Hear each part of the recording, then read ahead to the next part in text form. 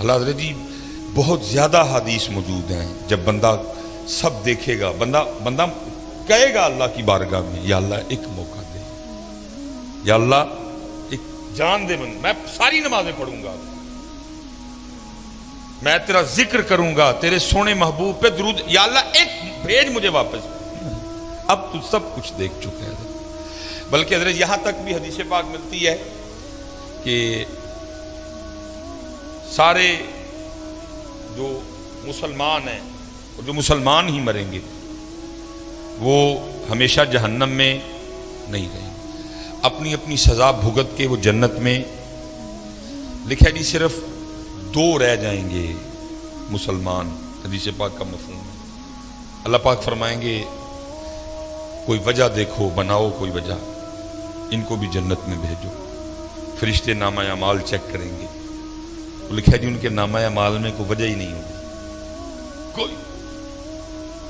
فرشتے عرض کریں گے یا اللہ سارا رجسٹر دیکھا ہے، کوئی وجہ نہیں ملی، کبھی انہوں نے کسی بھوکے کو کھانا نہیں کھلایا، کبھی کسی پیاسے کو پانی نہیں پلایا، کبھی کسی یتیم غریب فقیر کچھ ایسا ہے ہی نہیں نامہ اعمال میں۔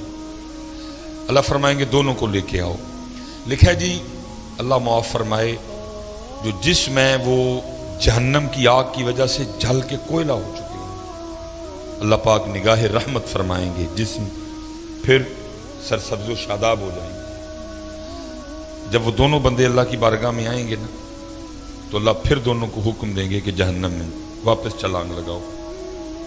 لکھا جی ایک تو نہ آؤ دیکھے گا نہ تاؤ دیکھے گا، وہ واپس جہنم میں چھلانگ۔ دوسرا کیا کرے گا، وہ تھوڑا سا چلے گا اور پھر رک کے نہ واپس دیکھے گا، پھر چلے گا پھر رک کے واپس جہنم میں چھلانگ نہیں لگائے گا۔ اللہ پاک فرمائیں گے کہ یہ جس نے جہنم میں چھلانگ لگائی اس کو بھی لے کے آؤ، جس نے یہ نہیں نہ لگائی اس کو بھی لے کے آؤ۔ وہ جس نے لگائی ہوگی ظاہر ہے جسم پھر جل چکا ہوگا، اللہ پھر نگاہ رحمت فرمائیں گے جسم۔ اللہ پوچھیں گے وہ بندیا تجھے پتا تھا جہنم بڑی تکلیف دینے والی جگہ ہے تو پھر چھلانگ لگا دی؟ عرض کرے گا رب کریم تو نے مجھے 60 سال 70 سال زندگی دی اور میں کیسا بد نصیب تھا کہ میں نے تیری ایک بات بھی نہیں مانی ہے۔ میں نے کہا بندیا اج پھر موقع ملے اپنے رب دی گل منن دا، انہیں پینا سڑنا ہے وہ حج ہی مان جا،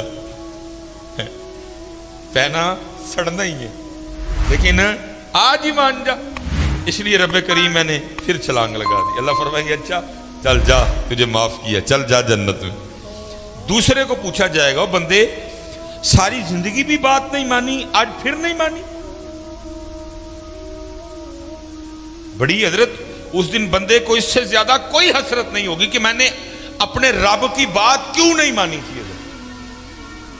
بندہ کہے گا یا اللہ ایک جان دے پھر واپس، اب میں پڑھوں گا نماز، میں اٹھوں گا فجر کے لیے، میں تہجد بھی پڑھوں گا، جو تو نے مال دیا ہے میں خرچ کروں گا اس کو لوگوں پہ، لیکن تب کیا کہا؟ اب بندے وقت گزر گئے، تو دیکھ لیا سارا، قبر تو نے دیکھ لی، حشر تو نے دیکھ لیا، جنت تو نے دیکھ لی، جہنم تو نے دیکھ لی، حساب تو نے دیکھ لی، اب تو مزہ تو تب تھا نا بغیر دیکھے مانتا، اب تو سب دیکھ چکا، اب گیا موقع۔ تو اللہ پوچھیں گے ساری زندگی بھی بات نہیں مانی آج پھر نہیں مانی؟ تو بندہ کیا عرض کرے گا رب کریم میری بدبختی کہ میں نے تیری بات نہیں مانی۔ تو اللہ کہیں گے آج کیوں نہیں پھر مانی؟